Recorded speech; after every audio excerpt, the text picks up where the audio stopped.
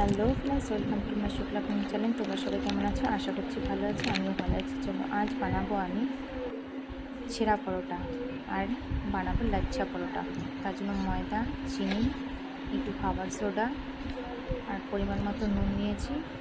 তারপর সব কিছু ভালো করে মিক্স করে একটু রিফাইন অয়েল দিয়ে দিয়েছি, ভালো করে ময়াম করে। আর এখানে একটা আমি সেই ময়দা আর একটু তেল দিয়ে কিছুটা গুলিয়ে নিয়েছি। এটি ভালো করে মিশিয়ে একটা ডো তৈরি করে নিচ্ছি। আর উষ্ণ গরম জল দিয়ে আমি মেখে নিয়েছি।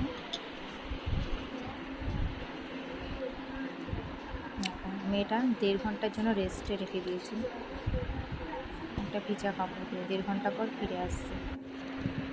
যে যতক্ষণ ওটা রেখে দেবে তত সফট হবে। নিম্নে 8 ঘন্টা দিতেই হবে। দেখো কতটা সফট হয়েছে। এখন আমি এগুলো থেকে সামান্য লেচি কেটে নিচ্ছি। এরপরে বেলে উপর দিয়ে ওই যেটা আমি গুলিয়ে রেখেছিলাম তেল আর ময়দা দিয়ে, সেটা উপরে দিয়ে আমি কেটে নেব। তারপর ওটাকে রোল করে নেব পরোটার শেপ আকারে। ঘুরিয়ে ঘুরিয়ে করে নিচ্ছি। নিয়ে দেখো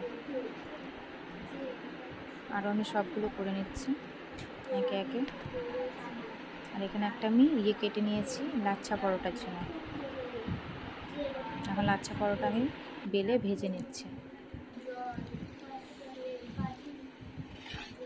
ভাজা হয়ে গেলে তোমাদের দেখাবো যে আমি কত সুন্দর লেয়ার হয়েছে।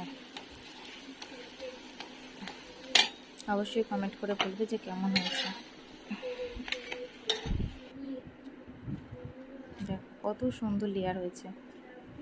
এটা আমি তরকারি করেছিলাম কুমড়োর আর কাবলি ছোলার, দেখো সেটাই করেছি। আর এদিকে আমি কিছুটা ছেঁড়া পরোটা ভেজে নিয়েছি, সেটা তোমাদেরকে আর শেয়ার করতে পারিনি।